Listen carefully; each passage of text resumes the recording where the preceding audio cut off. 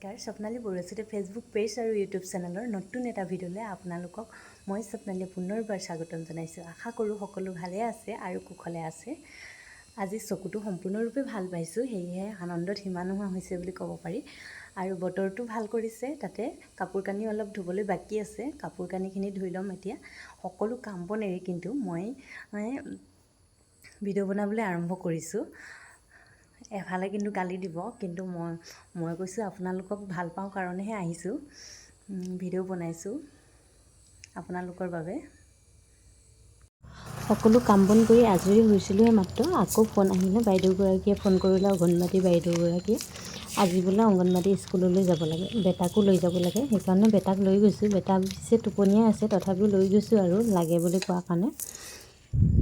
এফালে এয়া হৈছে ভতিজা ল'ৰা অংশু, সিও লগত লাগি আহিছে। মোৰ লগত বোলে সিও যাব। মই কৈছোঁ ভাইটি আজি ডাঙৰ হ'ব, স্কুলত নাম লগাই দিম বুলি। সি কৈছে সঁচাকৈ ডাঙৰ হ'ব নেকি বোলে। ভাইটিক চাইকেল এখন কিনি দিব লাগিব বুলি কৈছোঁ, আৰু সি বোলে চলাব ভাইটিৰ চাইকেলখন, ময়ো চলাম, মোৰখন ভাগিলে যে বুলি কৈছে। এইফালে ৰাস্তাটো অলপ দেখাই দিছোঁ, আমাৰ ৰাস্তাৰ পৰিৱেশটো, আমাৰ গাঁৱৰ পৰিৱেশটো দেখিছেনে? চাৰিওফালে সেউজীয়া সেউজীয়া সেউজীয়া যেন চিৰসেউজীয়া। গাঁও বুলি ক'লে সাধাৰণতে গছ গছনিৰে ভৰা এখন ঠাইৰ নিচিনাই লাগে আমাৰ সকলোৰে, নহয় জানো? সকলোতকৈ আগত তেনেকুৱা এখন ছবিয়ে আমাৰ মনলৈ ভাহি উঠে। আমাৰ গাঁওখনো তেনেকুৱাই বাৰু, গছ গছনিৰে ভৰাই হয়। বেটাক এফালে লৈ আছোঁ। বেটাৰ এতিয়া শোৱা সময় হৈ গৈছে, যিহেতু ভাত চাত খাই অলপ সময় শুই লয়। অলপ সময় মানে কেতিয়াবা দেৰিকৈ শুৱে বাৰু। এতিয়া তাৰ মানে শোৱাৰ সময় হৈছে। তাতে গা ধুৱাই দিলোঁ, দিলোঁ। তাতে অলপ টোপনি আছিলেই, লগে লগে টোপনি গুচি গ'ল মই এফালে লৈ অনাৰ লগে লগে। বেটাৰ যিহেতু আজিকালি উৎপাতবোৰো অলপ বাঢ়িব ধৰিছে, সেয়েহে টোপনিটো অলপ বাঢ়িছে আগতকৈ। কিন্তু বেলেগ ল'ৰা ছোৱালীতকৈ আমাৰ বেটাৰ আকৌ টোপনিটো একেবাৰে কম।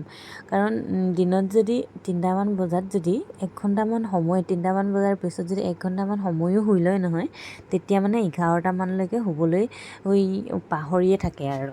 টোপনিটো একেবাৰে কম হয়। আকৌ মই উঠোঁতে উঠিবই বুলি ক'ব পাৰি। প্ৰায় আধা ঘণ্টা 20 মিনিট 40 মিনিট তেনেকৈহে শুই থাকে। মই শোৱাৰ পিছত তাৰ লগে লগে উঠিবলৈ ল'বই আৰু।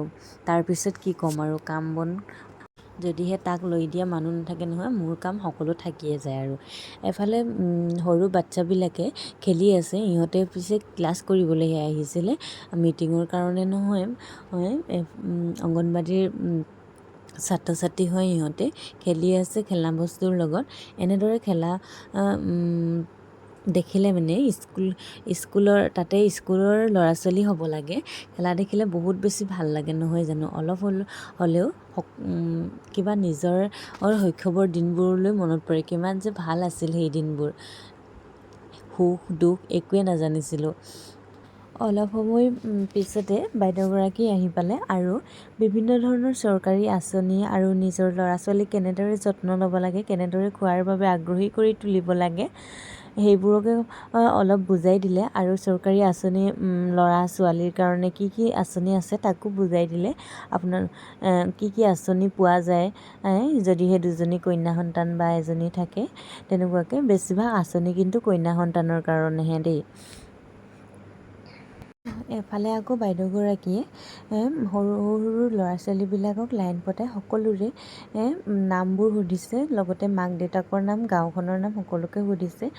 ভালদৰে কৈছে বাৰু সিহঁতৰ বয়স অনুযায়ী, কাৰণ সিহঁতৰ বয়স খুবেই কম বুলি ক'ব পাৰি। কাৰণ 3 বছৰ 2 বছৰ হৈছেহে। সিহঁতৰ বয়স অনুযায়ী ভালদৰে কৈছে। লগৰ এজনী আহিছে চৰকাৰী লেট্ৰিনৰ কাৰণে এপ্লাই কৰিবলৈ। মিষ্টাৰ যিহেতু ঘৰত নাই, সেয়েহে ময়ে কৰি দিছোঁ। এইকেইদিন এটা দুটা মানুহ আহি আছে এইবোৰ এপ্লাই কৰিবলৈ।